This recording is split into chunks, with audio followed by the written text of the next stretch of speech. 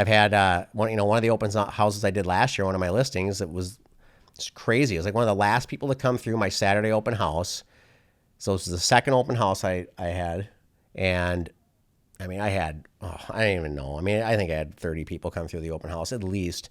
And we had, I think, at 15 or 16 offers at this point.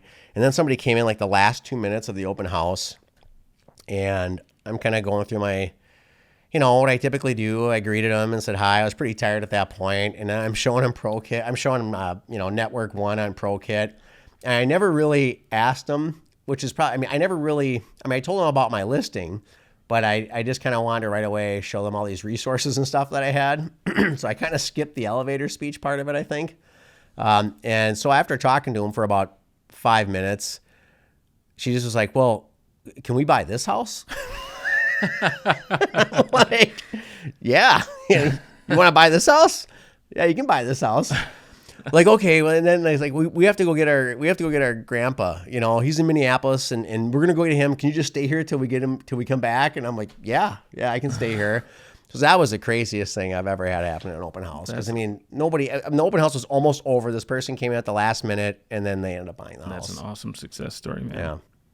So Corey's got a lot of success stories. No. I remember this one time.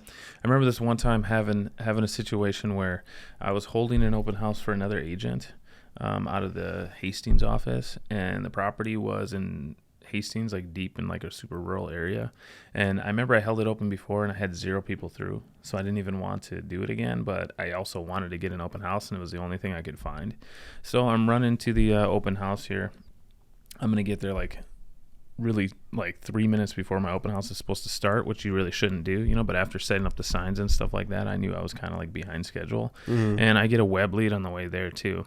And I'm talking to the web lead and she wants to meet me after the open house. So I'm kind of excited to get to the web lead and get through the open house. So anyways, I go out to the property. I'm sitting there talking to some people and this guy pulls up in an old rusted out truck, and I remember him watching him through the window, and he gets out of his truck and he pulls out a hammer. He starts beating on his truck, and he's like showing like his wife or spouse that he doesn't care about the truck.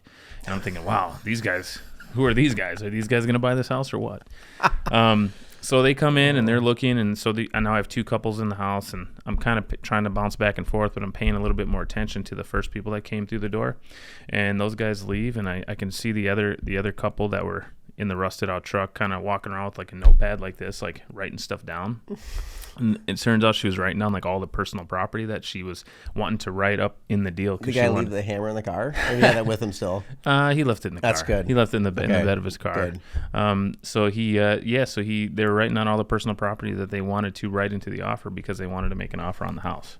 And so they walked in and they basically said like, they had both been previously working with agents. They were both in their mid-40s. They had just gotten married, and she didn't like the agent that he was working with. He didn't like the agent that she was working with, so they were looking for a new agent. They were looking for a house, and this house was perfect for them. So I ended up selling them that house, and then I listed both of their houses. So I ended up getting 3 transactions out of that deal, and then I went and met with my web lead, and the web lead had a house to sell too. So I ended up selling her house and then selling her house. So I got 5 transactions out of that. Like 2-hour span. It was fantastic. That's amazing. It was amazing. Was it a little stressful? It was very stressful, and I will say that I had done a ton of open houses leading up to that point. So, if I would have given up at that moment, like I don't want to do this open house, then all of that time and the grueling hours and the days that I put into putting out these signs and doing these open houses would have went to waste. But the fact that I capitalized on that one open house with those 3 transactions, it was worth it for the year. I mean, if I'd done open houses every weekend for the whole year, I'd be pretty happy if I got 3 transactions out of that deal. Yeah. You know what I mean? Man, I remember I actually met somebody in an open house. That made me think of it. Yeah, I almost didn't schedule an open house one time because it was late in the day on Friday and I forgot to do it. It was going to be, I'm like, I shouldn't even bother scheduling it at this point. It's too late. And I talked to someone and somebody's like, oh, just go schedule it. I'm like, yeah, I probably should. It was like 4:30, 5. I'm like, I didn't even think I was going to be able to find an open house at this point. So I got a hold of an agent, scheduled the open house. And then, I ended up meeting somebody at that open house that next day that I almost didn't even do. I ended up listing his house. So he listed and bought with me.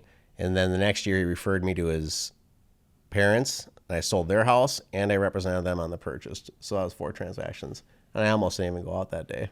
That's fantastic. That was pointless. That's fantastic. But yeah, yours That was a good story. Well, I actually you got 5 transactions out of yours. I got 5 transactions out of that deal that day. One of them was an online lead, but I had another open house situation where I had an agent call me the morning of their open house and he said that he didn't feel like doing it. He's like, I don't feel like doing it, Corey. Can you just show up? It's from noon to 2. And he's like, I scheduled it. It's been in MLS. I just don't want to do it. And I was like, sure, man, I'll do it. And I showed up, and no one was coming through. And then one guy comes through. He says he's from California, and he says that he needs to buy a house and that he was coming in. He just sold his property. He was coming in, and he's going to be staying in a hotel until he finds something. Is that Tony Robbins? That sounds like a Tony Robbins story. It sounds like it does, but it wasn't. Yeah. Okay. So this guy comes through and says, listen, he goes, at the time, there was a brokerage out in California that a lot of people used. It was a successful brokerage, and we happen to have that out here in Minnesota too. So he had called that brokerage, and he asked to speak to an agent, and he ended up getting in touch with an agent. He came out here, and the day that he came out here, that agent sent him an email and said that he was going out of town. And so he never actually officially met with this agent. So he was just going around looking at open houses, and he was paying per night to stay in a hotel until he found and was able to close on something. And he had cash in his pocket to buy a house. Obviously, the market in California is much different than the market in Minnesota. So when he sold his house, he had netted enough cash to just come out here and buy a house cash. Wow. So I knew I was going on vacation in 10 days for my 10-year wedding anniversary. And so I told the guy that. And so we went out and we looked at houses that weekend. We found a house. We closed in 9 days. Wow. And so he ended up going That's all crazy. cash, 9 days later, and was able to get out of his hotel. And so, again, open houses are pretty awesome. And that agent that gave me that open house because he didn't feel like being there, he's pretty upset. Yeah. He's pretty upset. It was kind of funny. Well, that's his own fault. You never feel, I don't know. That's the thing about open houses. That's the thing about, it's like, you feel like there's just no way.